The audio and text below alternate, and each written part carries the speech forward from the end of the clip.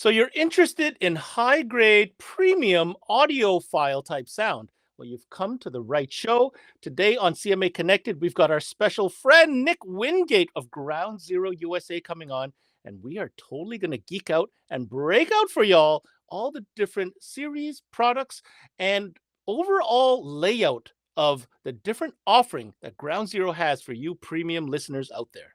This is CMA Connected, brought to you by SiriusXM, all about Ground Zero. And it starts now. What's going on, guys, and welcome to another CMA Connected, brought to you by SiriusXM. I'm your host, Ben Wu, and you are tuned into CMA Networks, where we talk mobile electronics day in and day out. This time of year, I get to have a little bit of fun because we get to really geek out about what I love most, and that is, of course, high-end car audio sound. You know, many of us have been investing, being a part of the hobby, tried out all different kinds of configurations to try to get to that point where we are satisfied with the sound system that we have in our vehicle. And today we have a special guest because this gentleman here, he's been doing it a long time. And we're really going to try to crack the code and get a little bit of knowledge out of Nick Wingate. So Nick, welcome to the show. Why don't you give us a brief overview of what our conversation will be like today? Well, thank you very much, man. Do we ever really get satisfied with the system we have? I mean, do you really? I mean, I just listened to you say that. And I'm like, I'm not sure we all ever get there, but you know what? We got some stuff to talk about that may help people get, maybe just maybe get there. Especially when it comes to the ultra high end. Speaking of the ultra high end, the ultra amplifiers and the ultra speakers, absolutely. But it's going to be a fun time, Ben. I'm looking forward to spend a little time with you this today. Well, Nick, I guess I have to sort of agree with you there, but I think that's what makes it fun, and that's what it's all about. So, all right, real quick, an opportunity for our partner, SiriusXM, to remind you why it's always an amazing attachment sale. And when we come back, let's talk about audiophile grade sound with Nick Wingate from Ground Zero. We'll see you after the break. Hey, Paul here with SiriusXM, and I'd like to talk to you about attachment selling and why the SiriusXM product is one of the best things to add, especially since we don't trade dollars with any other category. I could go through all of this, but let's hear what some of our dealers have to say. It's an easy add-on that takes, 10, 15 minutes if we're running an antenna, 1 minute if we've got an adapter to plug it into the factory SiriusXM antenna, and it's extra money, so no brainer. I present it to every customer because a lot of customers don't know what all they can do with Sirius. They don't know what all content they could have. It just makes too much sense not to sell it. It creates a different customer loyalty and customer security when you explain to them why it's a better experience. Just gets them back in the door. And then the next car, they're already asking for it again. So it just keeps selling itself. It makes more sense. Well, there you have it. You heard from our dealers. Just remember some of the best practices. Make sure you have one on display so you can demo it. Make sure you're taking advantage of our rewards program, because if you're not taking advantage of that, you're leaving even more money on the table. Make sure you got our POP up on display. And other than that, just make sure you're recommending it. Mr. Nick Wingate, welcome to the show, folks. Thanks for tuning in. I hope you're going to stay with us. This is going to be a fun conversation, as it always is. Now, Nick, you are now at Ground Zero. We've had the opportunity to speak on several occasions now. What is it about that search, that hunt, that desire to continuously try to improve and change and modify that sound system to get that sound you're looking for? I mean, is that even a realistic goal in your mind? Probably not. Just to be honest about it, probably not.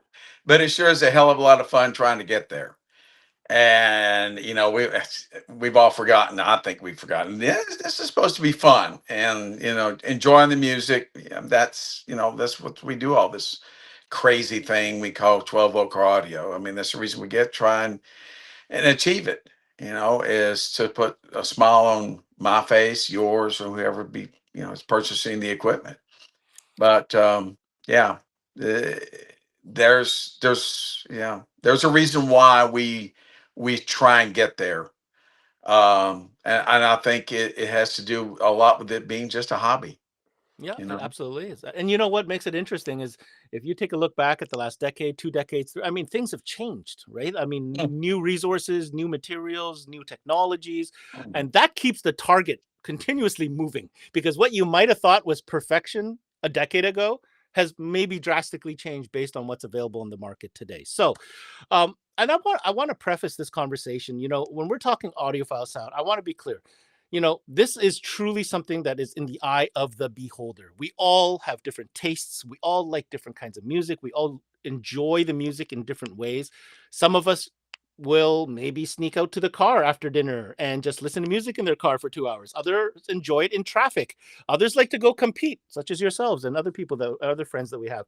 The point is here, it doesn't matter how you enjoy it. The point is that you take the time to enjoy it. So what we're going to be talking about today is the breakout of different components that Ground Zero offers that could help you achieve that goal. Okay, that's the goal. All right. And when it comes to Ground Zero, Nick, I don't like doing this good, better, best scenario thing, because what I've come to learn, it's not about that. It's about what it is you're looking for. We're going to try to cover a couple different scenarios and budgets at the same time that'll Yeah. inspire people to maybe, go out there and upgrade their system. So let's start with one that I've seen and I've personally had, and I know you have as well, experienced a lot of. Ground Zero has done a really good job with their demo vehicles at shows. So I've had the chance to sit in several vehicles that have uranium product in it.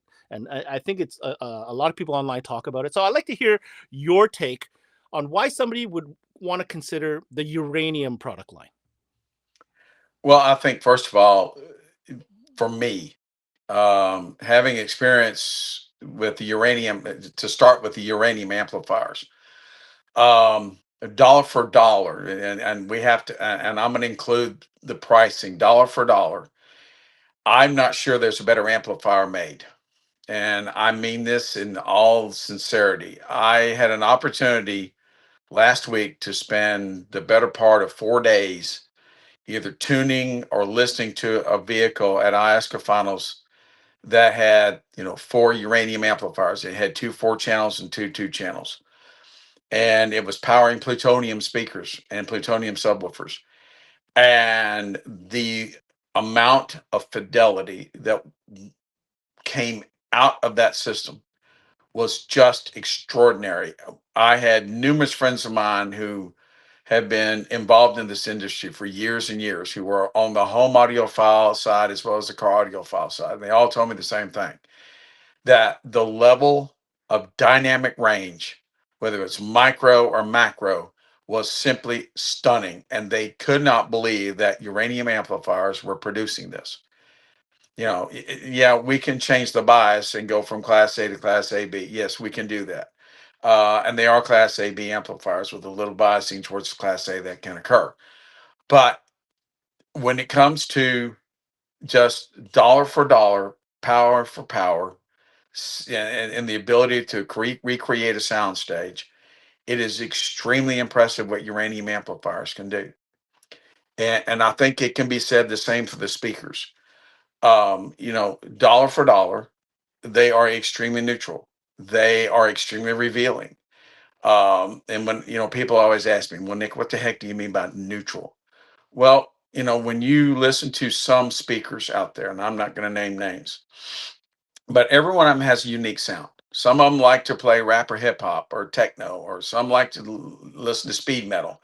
Some like jazz or classical music. There are some speakers, and there's more than one manufacturer out there that builds this, that they lean heavily towards one genre of music or the other. Well, uranium doesn't do that. Uranium plays everything equally well. And I think that's what makes this line so unique, is that it doesn't matter what you throw at it. It plays it extremely well. Again, I come back to the dollar amount, the value. It's a tremendous value. And that's what makes uranium so unique in our industry right now. So one question that we get a lot in our comments whenever we talk about Ground Zero is it a no-no or a faux pas to start mixing between different series? Now, I noticed that you mentioned that uranium amplifiers probably pair superbly well with, uranium speakers, for example. Uranium also makes some subwoofers, but plutonium subs are super popular. So what's your take on that real quick before we continue? Well, I think it depends on, number one, your taste in music. You know what you like. I think it also depends upon dollar value. Do you see the value in it? If you see the value of, let's just say, having a plutonium sub on a uranium amplifier versus a uranium sub on a uranium amplifier, and you want to pay for the sure, there's no reason not to. Okay. Yeah. All right. Perfect. I like that. So very a la carte. Everything we're Yeah. talking about. Okay. Yeah, Very cool. absolutely. Now uranium. I think we can build that. If I had to put a sticker or a post-it note, value. I think that's the big takeaway. You're not going to get Yeah. a better output, result for the dollar you're going to spend if you're going with a uranium route. Okay, so now let's look at plutonium. This is again another series that I've had the chance to listen to as well. Mhm. Very refined, but at the same time, very strong output. That's what I got out of it. But I'd like to Yes. hear in your words, why would somebody veer towards plutonium? Obviously, it's a little bit more expensive for sure, but characteristic wise. Well, from again, let's start with the plutonium amplifiers. Different design than uranium. They still have the bias chain circuit where you can go from class A back to class AB. But it's a different design. It also has a different sound, and I think it has a higher refined definition as far as the sound stage is concerned. They are wide. They will throw a wider sound stage, a deeper sound stage, more three dimensionality of imaging of instruments or people singing. That's what I find that is the big difference. Power wise, I think they virtually sound alike as far as the amount of power they can produce. But I think those amplifiers they produce it a little more seamlessly, a little easier. It sounds like they're not having to work as hard. And I think that complements the plutonium speakers quite well because it basically is the exact same thing. The plutonium speakers, yeah, they're going to give you everything uranium does, but it's going to give it to you in spades. There's more of it. There's a higher level of fidelity because of the way that the drivers are built. The cones are stiffer and lighter. The voice coils, are designed differently. There are aspects of that line of speakers that is designed to give you a higher level of fidelity. You can hear more into the instruments being played, or somebody singing. You can hear somebody's diaphragm in their chest, or let's say you're listening to somebody play the drums. You can hear the strike of the drumstick on the snare drum, and you know that that's a wooden stick versus a metal stick. That's what plutonium is. Yeah, and it does get it. It is dynamic. It is powerful. It is all of that. But it is also extremely revealing. And that's what plutonium is, for me. Now, one question I had when it came to the plutonium line is something that you'll notice if you go to the website, groundzerousa.com, if you're curious, is that when it comes to the plutonium subwoofer range, it's quite diverse as to what type of subwoofer you might want to match to your plutonium system. This Mhm. is also a very award-winning line. Like the 4-channel amplifiers won awards, and most recently the GZPW10SQX, which is where they're dubbing their SQ sub, also won an ACE award. So just talk to us Yes. real quick about these subwoofers and why there's such a difference in offering when it comes to which type of sub you might want. Well, obviously, we're talking to different types of music, genre of music. Whether, you're listening to rap and hip hop, techno, you're going to want something that's close to the club. There's a subwoofer in the line for you there. The subwoofer you just mentioned, the SQX subwoofer. I had an opportunity to spend 4 days with a gentleman who had two of them in his truck, and the level of fidelity is extraordinary. There's a reason it won that award. Um, 1.3 cubic feet sealed in each one. We had 600 or 800 watts on each one. 20 hertz was easy. Now, I'm 20 hertz is not easy to get, folks. I'm going to be honest with you. With the level of control and the level of fidelity, because we were listening to a pipe organ that has a 20 hertz and a 16 hertz rank in it. And when a subwoofer slash amplifier loses control, especially we're talking levels that it's having a difficult time reproducing, like 115 dB at 20 hertz. If the subwoofer falls apart, loses control, the soundstage collapses, and it sounds just terrible. Well, we were sitting there just laughing because the soundstage stayed where it was. We're playing 1620 hertz, and it's out on the hood of the truck. Beautiful.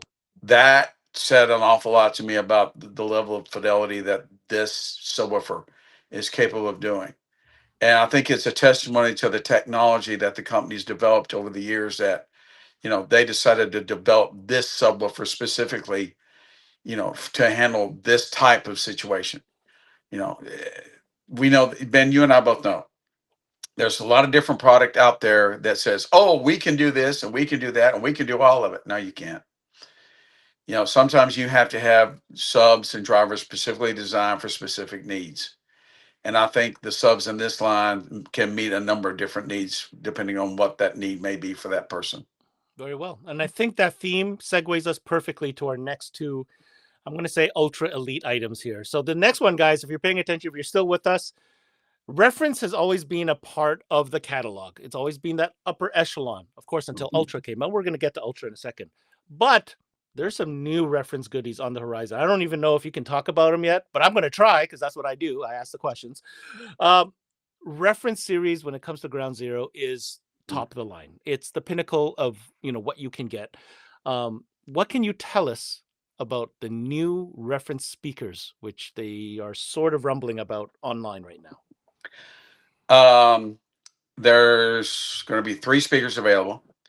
There will be an inverted dome tweeter. There will be a 3.5-inch mid-range and a 6.5-inch mid-bass. The technology behind the cones comes from a high-end home audio. Ground Zero is fortunate to where there's a company that's going to allow them to use the technology. It's quite different. When you take it, you get a chance to see the speakers, you're going to go, that's completely different. I've never seen anything like it. I have had the experience of listening to these in a home speaker by the company that is letting us use this, and it is different. The level of fidelity at the price point that these speakers are at is just amazing. A lot of depth, a lot of width, a lot of height. The 3-dimensionality of imaging is just spot on. It's outstanding. The timbre of the speakers is as good as anything I've heard at their price point. They're going to be very efficient from what I understand. They're not going to need a tremendous amount of power to perform well. It is going to be a la carte. You're going to be able to, mix and match 2-way, 3-way, however you want to do it. You will need a DSP processor to be able to make these speakers do what they need to do. I do recommend that in every respect. So they are going to be very different. They are very special. There is a distributor in the Far East that actually has a working set, and they are blown away by how good these speakers sound versus everything else in their store. And when I tell you they sell the high-end, folks, they sell the best of the best. You name it, they sell it. And they are absolutely just amazed by these speakers, and they cannot wait to start selling these in the Far East. Well, I'm geeking out on this right now because from what I've seen, we have some images here. These look very different. The cone looks incredible. The use of, I think it's neomagnets, maybe it's a mix of both. The tweeter, inverted dome.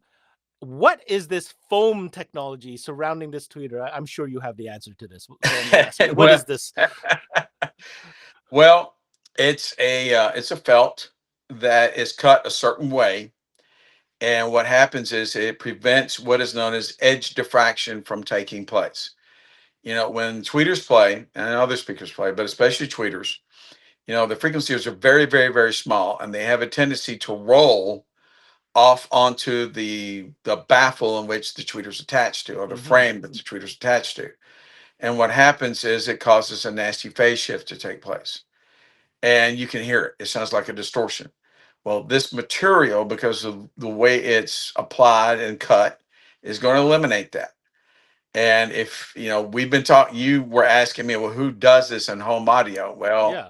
There's a very, very, very high-end home audio manufacturer based in Utah that does this. Right. Okay. Does it Yeah, start with W?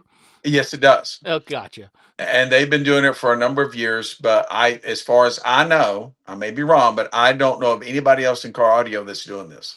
So you see this theme happening here, right, Nick? All these unique things that Ground Zero is willing to go to the lengths to try to be different, elevate Mm. the status quo, bring enthusiasts closer to that goal that we've been talking about from the beginning of the show. Sure.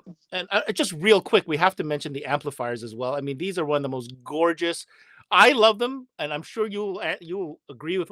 They look perfectly old school. You know what I Mhm. mean by that? I mean, they look Yeah. like I want an amplifier to. They're not small. They make No. no.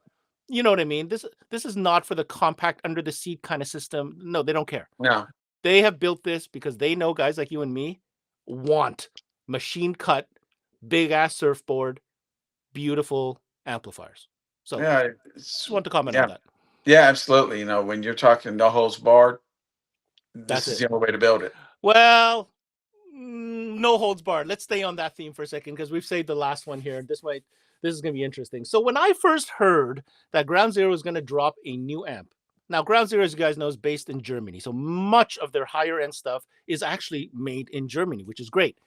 But this new amplifier came out, I can't remember when, but not too long ago. And it was called the Ultra. Not only did it not look like anything in the entire lineup from just aesthetically, Mm-hmm. when I saw the insides, I didn't even make sense of it. Like, how could they be charging this kind of money? It looks totally different from what I'm used to. And then I noticed that it was only available in 2-channel. And then what's more, it was made in the UK of all places. Yeah. Mr. Wingate, please shed some light on Ultra for us. Well, the story behind Ultra is very simple. When they decided to do this, the budget was thrown out the window. There was no budget. They basically approached the dean of car audio amplifiers in the UK, yeah, Mr. Gordon Taylor, and basically said, "Here's a blank check.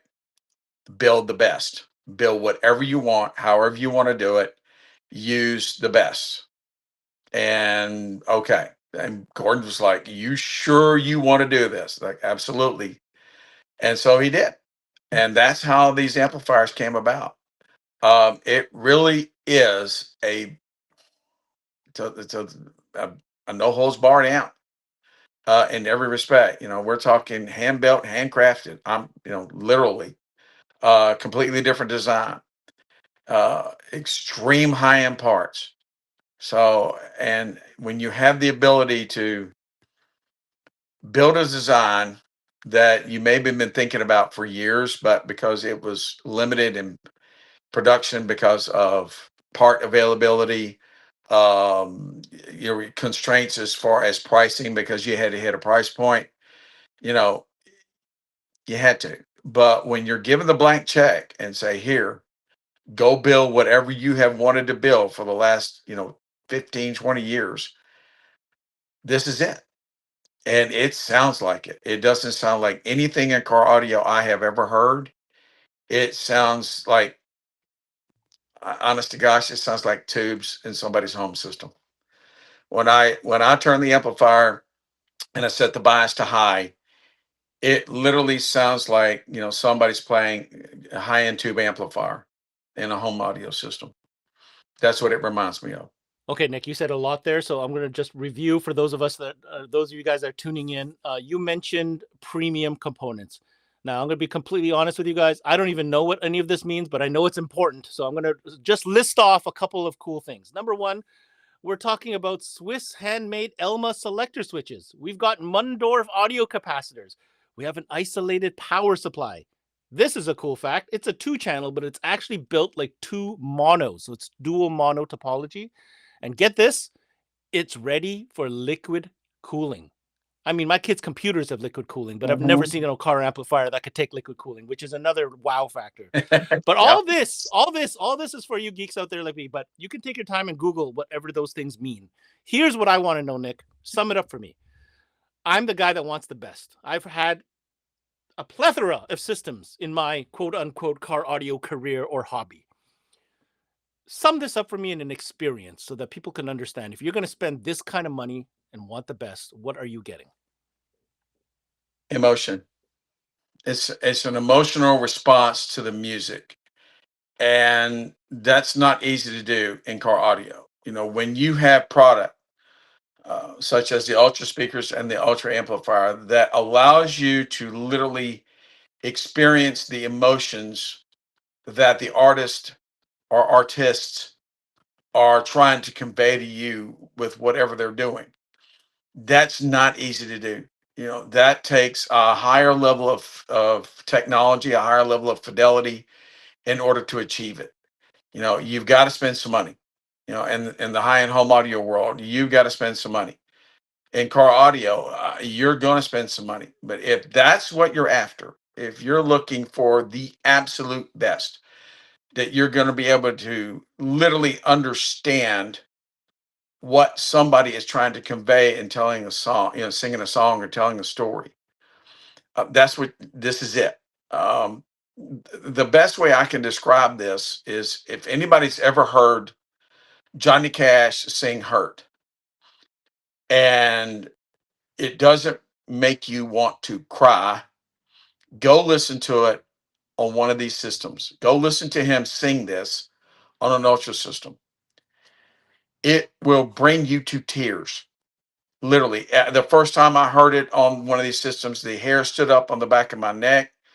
I don't have any on my head, but I do on the back of my neck. On the hair stood up on my arms, and I literally was just mesmerized because I'd never heard what Johnny was putting into it until I listened to these speakers in a car. In a home, yeah, I heard it in home audio.